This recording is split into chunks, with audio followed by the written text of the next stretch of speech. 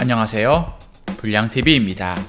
오늘 전해드릴 이야기는요, 2020년 세계 최고의 국가대표팀 탑5를 선정하였습니다.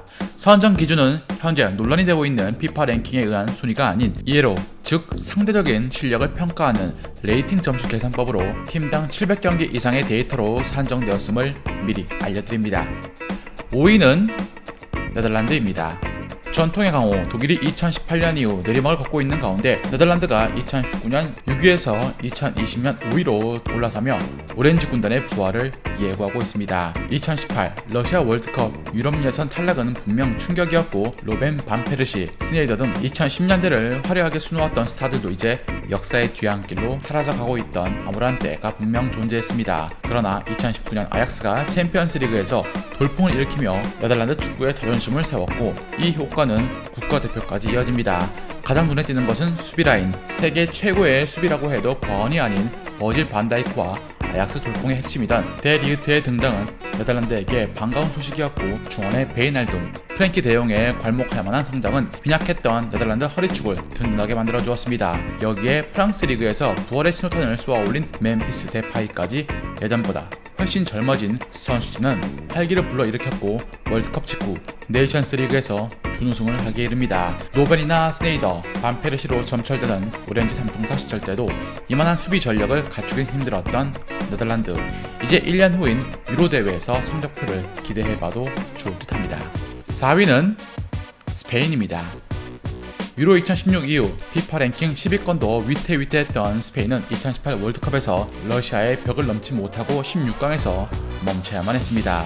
유로 2016에서 몰락했던 스페인이 러시아 월드컵을 벼르고 있었지만 감독 로페테기가 월드컵 전 레알 마드리드와의 계약 사실이 공개되어 월드컵 개막 이틀을 앞두고 사임을 하는 초유의 사태가 터지면서 스페인의 침몰을 예고합니다.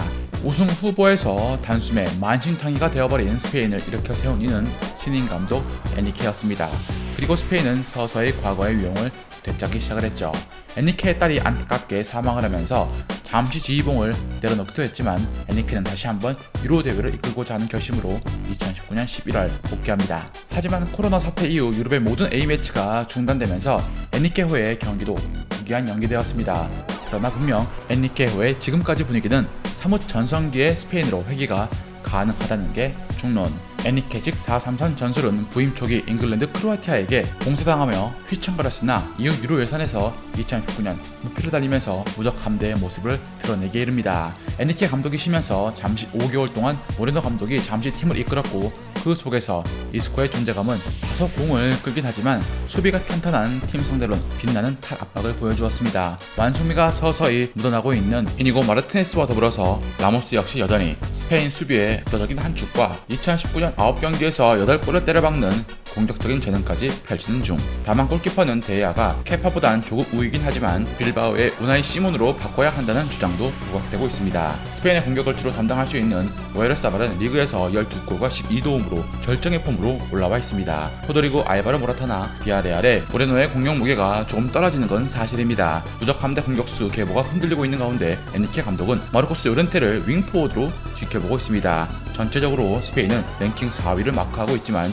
2년 전에 비해서 5단계나 상승했고 19세 이하 선수권에서 스페인이 정상에 등극하는 등 과거 1위를 질주하던 영광의 시절을 다시 재현할 기세입니다. 3위는 프랑스입니다. 전 세계 축구 시장을 보면 현재 가장 유망주 풀이 10개로 인정받고 있는 프랑스는 이미 국가대표 라인업만 살펴보아도 음바페를 필두로 어린 선수들이 대거 포진해 있습니다. A매치 또한 2018년과 2019년 합쳐 3패만 기록했을 뿐입니다. 재미있는 것은 프랑스는 2000년대 중반부터 랭킹이 급격히 떨어졌다가 2012년을 기점으로 다시 회복한 케이스. 그 중심에 선 것은 선수가 아닌 디디에 데샹 감독이었습니다. 선수 시절 명선수였던 데샹은 선수단을 휘어잡는 저항력으로 자신의 뜻을 거스르는 선수는 과감없이 배제시키기도 했습니다.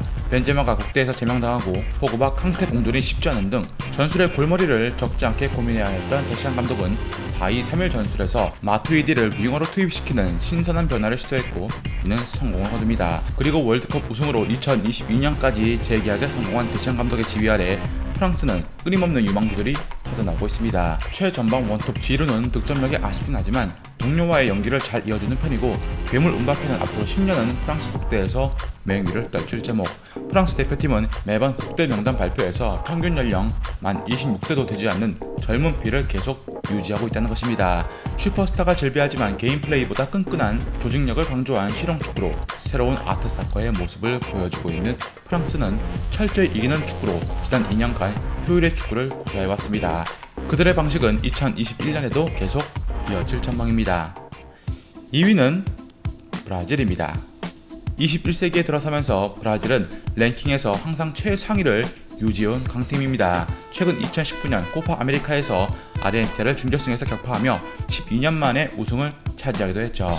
중요한 것은 에이스 네이마르 없이 이룬 업적이라는 사실. 특히 대회 3골을 터뜨리면서 브라질의 측면 공격을 책임진 에베르통의 활약은 눈부셨습니다. 대체자로 꼽힌 선수가 윌리안이었지만 실질적 에이스는 측면에서 번뜩였던 에베르통이었죠. 2020년 브라질의 전술은 치치 감독의 지도하에서 여전히 4-2-3-1 전술을 기반으로 하고 있습니다. 최전방의 피르미누가 박스 안에서 눈구렁이 같은 플레이로 동료에게 기회를 만들어주고 있고, 이 선에서 에베르통, 구티뉴, 제수스가 있지만 네이마르가 복귀하면 에베르통이나 제수스 중 한 명이 벤치로 물러나게 됩니다. 커리엔, 카세미루, 아르투르 멜루의 단단하면서 센스 넘치는 자원들이, 포백은 노쇠했지만 기량이 아직도 정상급인 다니엘 알베스, 티아고 실바, 필리페 루이스, 막내 마르키뉴스로 구성되어 있습니다. 브라질 선수진 구상의 요점은 최전방의 공격수가 아닌 안정적인 허리진에 있습니다. 특히 아르투르 멜루는 전방에 화력을 배가시켜줄 패칭력을 갖추고 있고, 상대의 강도 높은 압박에도 공을 지켜내며 빌드업 능력까지 장착했습니다. 브라질의 단점 중 하나가 현재 네이마르 보제시 높은 점유율을 가져옴에도 상대적으로 떨어지는 득점 해결과 발이 현저히 느려진 좌우 풀백이었습니다. 에베르통이란 선수를 통해서 다양한 득점 루트를 발견한 치치 감독은 브라질을 다시 남미 최강팀으로 만들었고, 동시에 네이마르 원맨팀이란 딱지까지 떨쳐냈습니다. 주전 센터백으로 올라선 마르키뉴스의 짝으로 에데르 밀리탕이 후보 1순위에 오른 한편, 이제 좌우 특급 풀백만 보강된다면 축구 하면 브라질이란 영광을 되찾을 수 있을 것으로 봅니다. 대망의 1위는 벨기에입니다. 인구 1100만이란 인구에 비해서 벨기에 역사상 가장 눈부신 선수들을 배출 중인 유럽의 작은 나라 벨기에. 1980년대 첫 번째 황금기 시절 유로 80에서 준우승을 차지하고 이제 두 번째 그들의 전성기가 찾아왔습니다.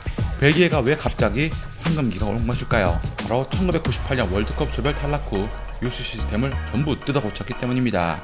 미래를 차근차근 준비한 벨기에는 2014년 월드컵에서 8강에 오른 데 이어서 2015년 11월 벨기에는 마침내 FIFA 랭킹 1위에 오릅니다. 본 영상에선 2회로 점수로 산정하기 때문에 벨기에가 세계에서 가장 강팀이 된 순간은 2019년. 반대로 랭킹 1위를 지키던 독일은 2018 월드컵에서 조별 탈락을 하면서 랭킹 9위까지 떨어지는 굴욕을 맛보았습니다. 벨기에는 전 포지션에 걸쳐서 탄탄한 선수진을 보유하고 있습니다. 첼시에서 레알로 이적한 쿠르투아는 전성기 시절의 모습으로 한급 폼을 끌어올렸고, 벤상 콤파니가 물러난 수비 라인에 A매치 100경기를 돌파한 얀 베르통원이 든든하게 버텨주고 있습니다. 또한 유로 예선에서 전 경기에 나섰던 알더베이럴트 그리고 베르멜렌으로 이뤄진 3백 수비는 다른 팀과 차별화되는 벨기에의 특징. 3-4-2-1 전술을 애용하는 로베르토 마르티네스 감독은 천재적인 미드필더 케빈 데브라이너를 다소 수비적으로 쓴다는 이유로 비난을 받고 있지만, 그래도 벨기에는 유로 예선 전승으로 통과했을 정도로 탄탄한 전력을 보여주었습니다. 최전방에 루카쿠가 붙박이 원톱으로 자리하는 가운데 바로 아래에서 메르텐스와 아자르가 받치고 있는 형태지만, 최근 아자르의 폼이 급격히 떨어지는 안타까운 상황이 발생하고 있습니다. 동생 토르강 아자르와 야니 카라스코가 백업으로 대기하고 있지만 조금 아쉬운 부분입니다.